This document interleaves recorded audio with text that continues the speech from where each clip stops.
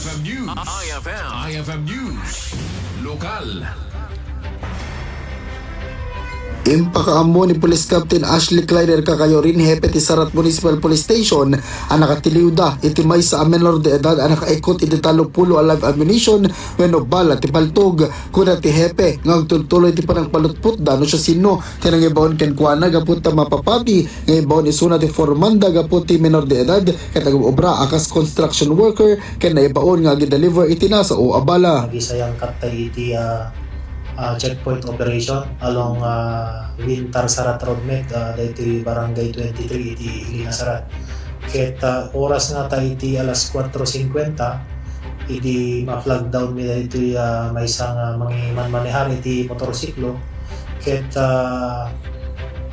iti panag-revisar dito apprehending officer ta nakita na rod nga awan iti plate number na dito motorsiklo ket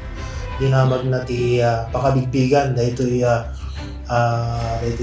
naimanihar ken kastamet ten dito ORCRT motor ditamet nga awan ti naipresentar na so dinamag na pa no adaan dito iti driver's license ket idi kauten na dito makinkanawan na bolsa na sir ket naisurot dito nakasupot iti transparent plastic nga ada karton ng ada marka ng arms core ket dati box ti arms core ket agamu tayo ket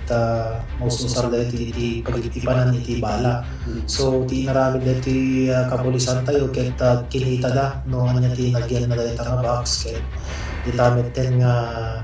nakita da dati 30 pieces nga live ammunition iti caliber 22 so maroon nga data nga kanito ket sigud nga inarestar dagiti kapulisan dito may isang menor de edad kabayatan na nagpalagip ti hepe kadagiti ada iti kastoy ti aramid na nga isardeng dakuman nga aramate dagiti menor de edad iti agdama ket tumulong ti MSWD iti panaka-assess ti kaso ti menor de edad itoy no kas pangarigan to depende ka DJ result ti evaluation ni MSWD iti nga sarat no dito ket with discernment ket may payan to dito iti nanay nga kaso